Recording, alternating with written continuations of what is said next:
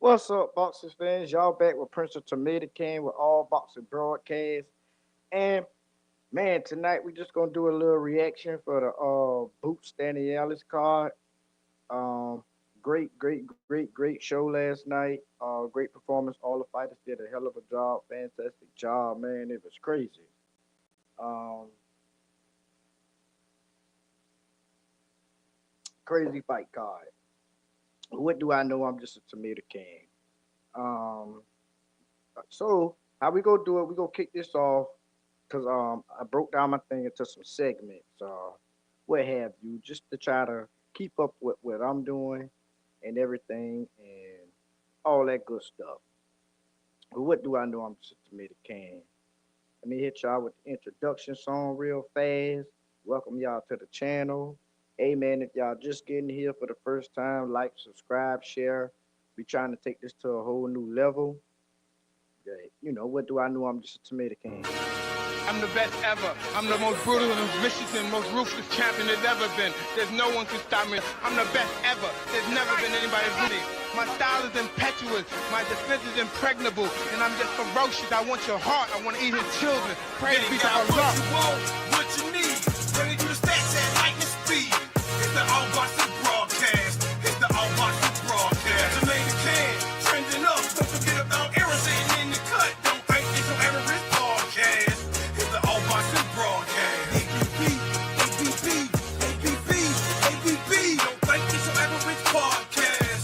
It's the All Boxing Broadcast. ABB, ABB, ABB, ABB. Don't think it's your average podcast. It's the All Boxing Broadcast. Welcome to All Boxing Broadcast.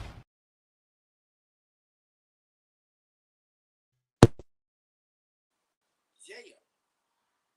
All right. So, like I said, welcome to the channel. We're gonna do the post-fight reaction from the Boots of Stanionis card. We're gonna start with the prospects, pretty much. Rise of the Glove. That's the segment I call Rise of the Glove. Hold on for a second. Hold on 5 seconds. Hold on 5 seconds. We're gonna start with the rise of the gloves.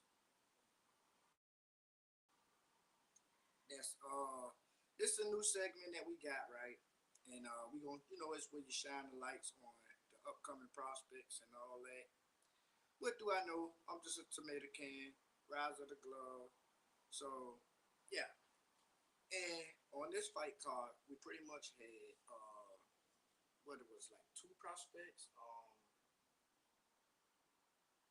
My boy Zaquan Moses and my boy Amari Jones. And they both did great jobs, man. So I guess without further ado, we'll start with my boy Zaquan Moses.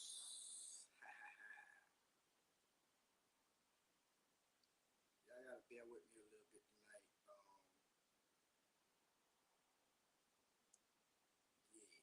Just bear with me.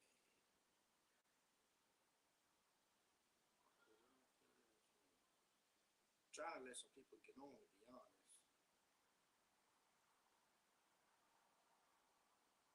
I'm trying to let some people get on. Come on, y'all. Welcome to All Boxing Broadcast.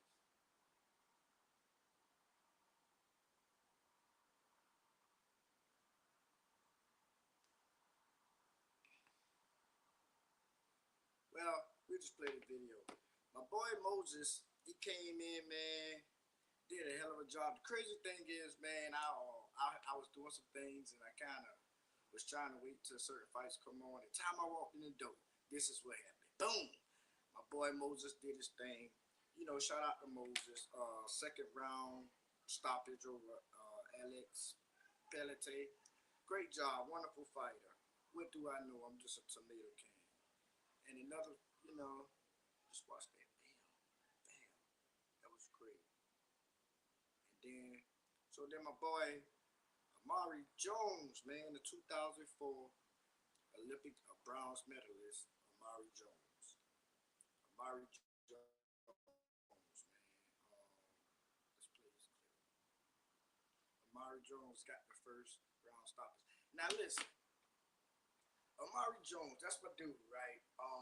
I started following him early. That's what I like to do. I like to start following certain boxers early, just to kind of, get the feel of it and, be able to say, man, I saw this fighter first, or what have you, however you want to say it. And so I saw him in the Olympics a little bit, and it was kind of crazy because I was only able to catch his last fight in the Olympics, and I was pretty much like, oh man, my dude, he kind of started kind of slow. What do I mean? What do I know? I'm just a tomato cat. He was kind of starting slow in the Olympics, and I was like, so I can't wait till he get pro or whatever. And the crazy part about that whole thing is, ever since the man been in the pros, he been starting faster and he been starting fast and winning faster. What do I know? I'm just a tomato can. So I'm looking forward to see a lot more of Amari Jones. The man's fighting frequent. Like I wouldn't say like the average prospect. A little more than average. Just getting the fights in, getting his name out, getting experience in. Already had 2 pro fights. 2 times this year right here. That's crazy. That's amazing. I'm looking this. I don't know. I'm thinking about 4 or 5 pro fights for this year. What do I know? I'm just a tomato can. So yeah, but let me see. Because I didn't really get like a clip on. And I'm just going in order of what happened on the fight cards. Let's see.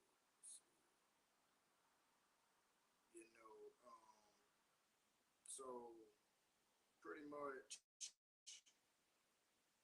who we had next? Ray Ford. Yeah, I mean Ray Ford had a nice fight. Ray Ford looked pretty impressive, with his anonymous decision over Thomas Matrice. He was boxing well, right? He was doing some great boxing. He was listening to his corner. That was one thing that I admire. He stuck to the game plan through the whole thing, no matter what. That's another thing that kind of stuck out there to me. I heard his corner say, avoid the right. All he trying to do is hit you with the right. So I was like, okay, he is doing that right. And he was avoiding him with the right all night. He didn't let him get that right in. I don't remember him getting the right in at all.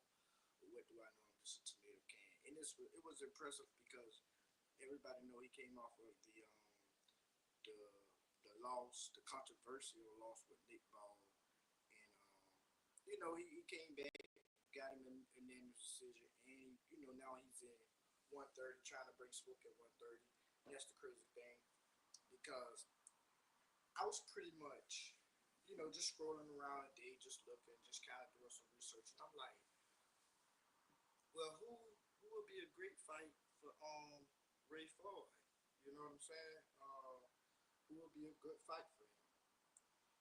And before I could get to doing the live, then I look and him and Oshaki Foster going back and forth on Twitter. And it was very interesting.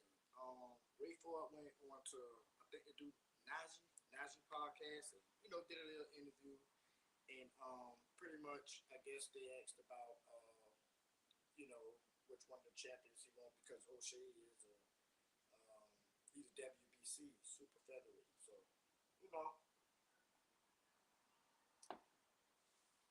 I personally like the fight. I like that fight. I contact Shock, and I say, man, come on the show. I'm gonna be talking about it. That's why I kind of did the show. I'm doing the show kind of like whatever, because I'm trying to adapt. But I contact him, so maybe hopefully we'll get him on the channel one day, and we can talk. But yeah. I think that'll be a great fight, man. Ray Ford versus Oshaki. Oshaki came off of his is a controversy lost with my boy Robson, and a lot of people felt like he won that first fight, right? What do I know? I'm just a tomato can. Listen. I'm gonna say this. I felt like they was trying to make him, or I felt like they was trying to send a warning to Shakur Stevenson. He was fighting. I believe he fought right before Shakur that night, or either 2 fights before Shakur. I'm not remembering, but it was like they were sending a warning, like you better fight because we judge you different tonight. And they robbed him. Like it was like it had all the social media on in an uproar. Like what the where how did like so. But anyway, he got his rematch, came back in and showed that it was a robbery nevertheless. So I respect that because some guys will say, "Hey man, I felt like I got robbed," and it's okay. Listen, man, we all work hard in what we do, right? And then we gonna feel like we did the best. And sometimes we right, sometimes we wrong. In this case, Shot proved that he was right. Like he proved he got wrong. He got robbed. He came back and then he beat him in a more of a better fashion. So, well, what do I know? I'm just a tomato can. I think that would be a great fight though. Shot versus Ray Savage, man. I think that'd be a great fight for the WBC. I'm not picking nobody right now. I'm kind of on the fence with both of those. With who I think would win right now. I think I would probably lean toward Sharp. But what do I know? I'm just a tomato can. I'm leaning toward it being a good fight. That's all, really, to be honest. So, like I said, what do I know? I'm just a tomato can. Yeah, my boy is Sharp. So I kind of breeze past this because, man, we get to we get to pretty much the main event. My boy Boots. My boy Boots Ennis versus Eimantas Stanionis. And that was one hell of a fight. Um, boy Boots came in. Well, they both came in pretty good. They came in decent first round, doing their thing. But Stanionis came up short in the 6th round. Boots stopped him in the 6th round. Very impressive. And then you know how people is. They don't quite let these boxers rest. Right after they fight, it's like, what's next? What's next? What's next? What's that? So the question is pretty much after this, um, after this nice stoppage, the question is, what's next for my boy Boots? Let me watch this. Let me watch this stoppage real quick. Let me watch this. Boots took him in the corner and drowned him.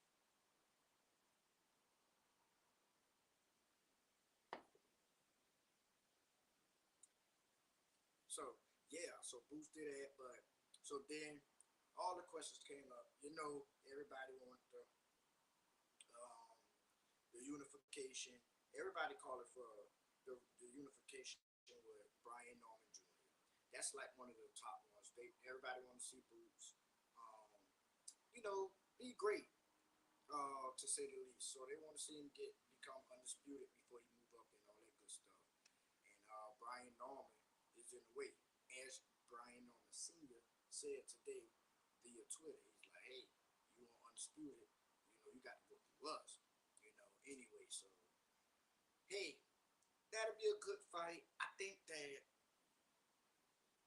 at 147, I think that's probably the best fight, like matched up fight, with size and everything. I don't think that Boots will come in too much bigger. I don't think. I think they'll come in about the same size and do their thing. And then some people say Mario Barrios, the WBC World Champion.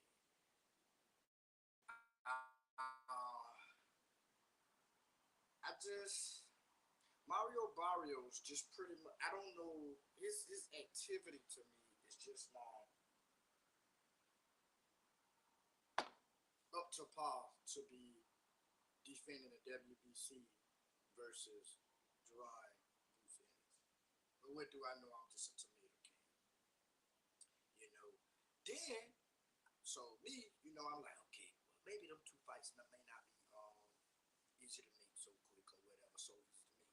So I went down the list and I noticed that my boy Ryan Garcia, and don't ask me how. I'm just saying, it's on the site. And, what do I know? I'm just a tomato can. But Ryan Garcia is number 3 for the WBA, and he's number 2 in the world in the welterweight division. A lot of people were saying that that'd be a good fight. Stylistically, a lot of people gonna pick Boots. With Boots, the way Boots fight, his skills and all. That's what I should say. With the skills, based on skills, a lot of people will pick Boots. Stylistically, the way Stanionis was catching Boots with their left all night, and that's all Ryan do is spam that left. I think that it'll be a better fight than what people think it is. But what do I know? I'm just a tomato can. So then that made me think, okay, what about Rolly? Because Rolly and Ryan Garcia is about to fight. So maybe the winner from this, I don't know, because Rolly is what, number 3 for the WBA.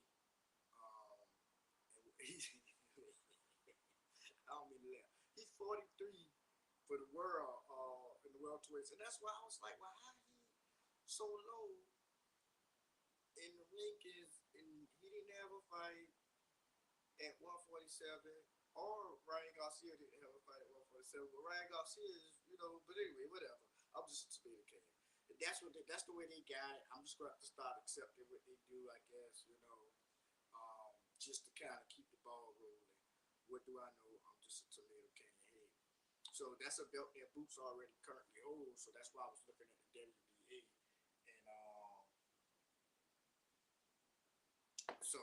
And and plus Boots was already holding the IBF, and Lewis Crocker is the number 1 for the IBF, and then number 5 in the world. So I'm looking like, okay, that might be a good fight. What do I know? I'm just a tomato can. 21 and no, what it is, 11 KOs. That'd be a good fight. What do I know? I'm just a tomato can. And then I label this as this guy. I can't say my man's name. Shakarao Gio-Sal. He's number 1 with the WBA and number 11 in the world. And he fought on the card last night. So, in my opinion, I'm just a tomato can, but in my opinion, I would guess that this would probably be the easiest fight in the next fight for Jaron Ennis. But what do I know? I'm just a tomato can. Let me see what else we got here. That's pretty much everything. I didn't want to do a long show tonight. I just wanted to kind of get my feet wet with the segments or whatever that I'm currently bringing to everybody. So pretty much I'm gonna start doing it. I got an update. We're gonna start doing it a whole lot more, right?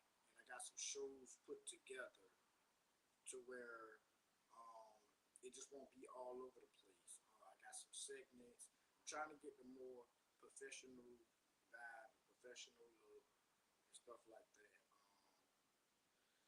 So from now on all boxing broadcasts, we're gonna cover. Let's see, we're gonna cover pretty much. Let's see, I'm just trying to make. We're gonna do the Rise of the Glove. That's a segment that's dedicated to all of the the prospects, the upcoming prospects, the hottest prospects in the sport of boxing. Then we're gonna do a segment called,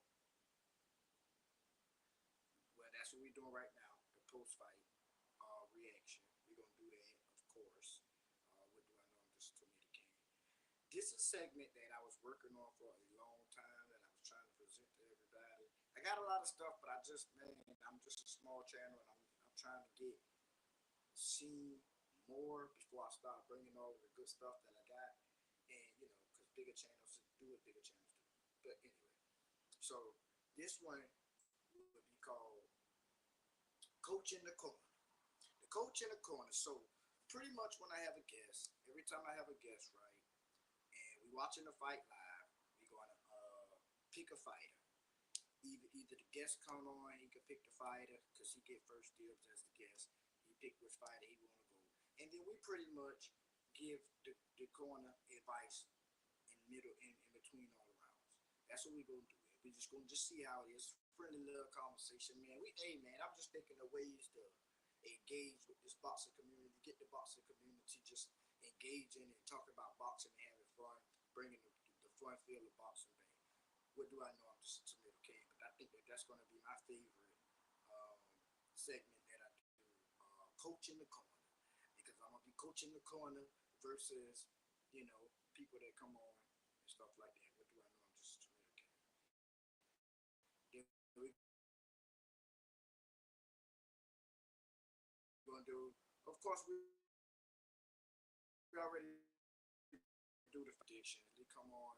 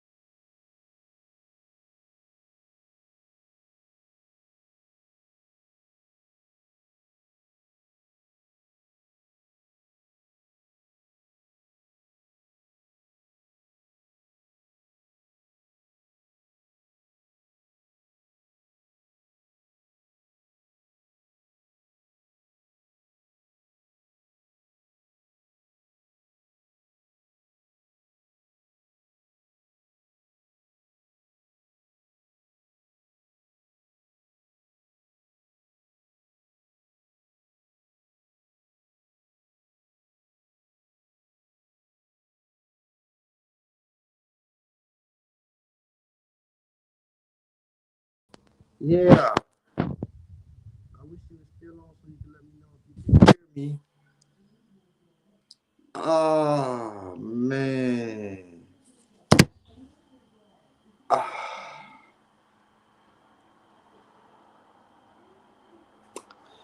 Okay.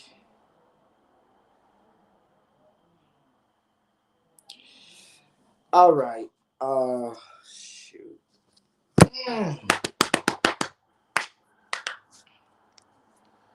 Just give me time to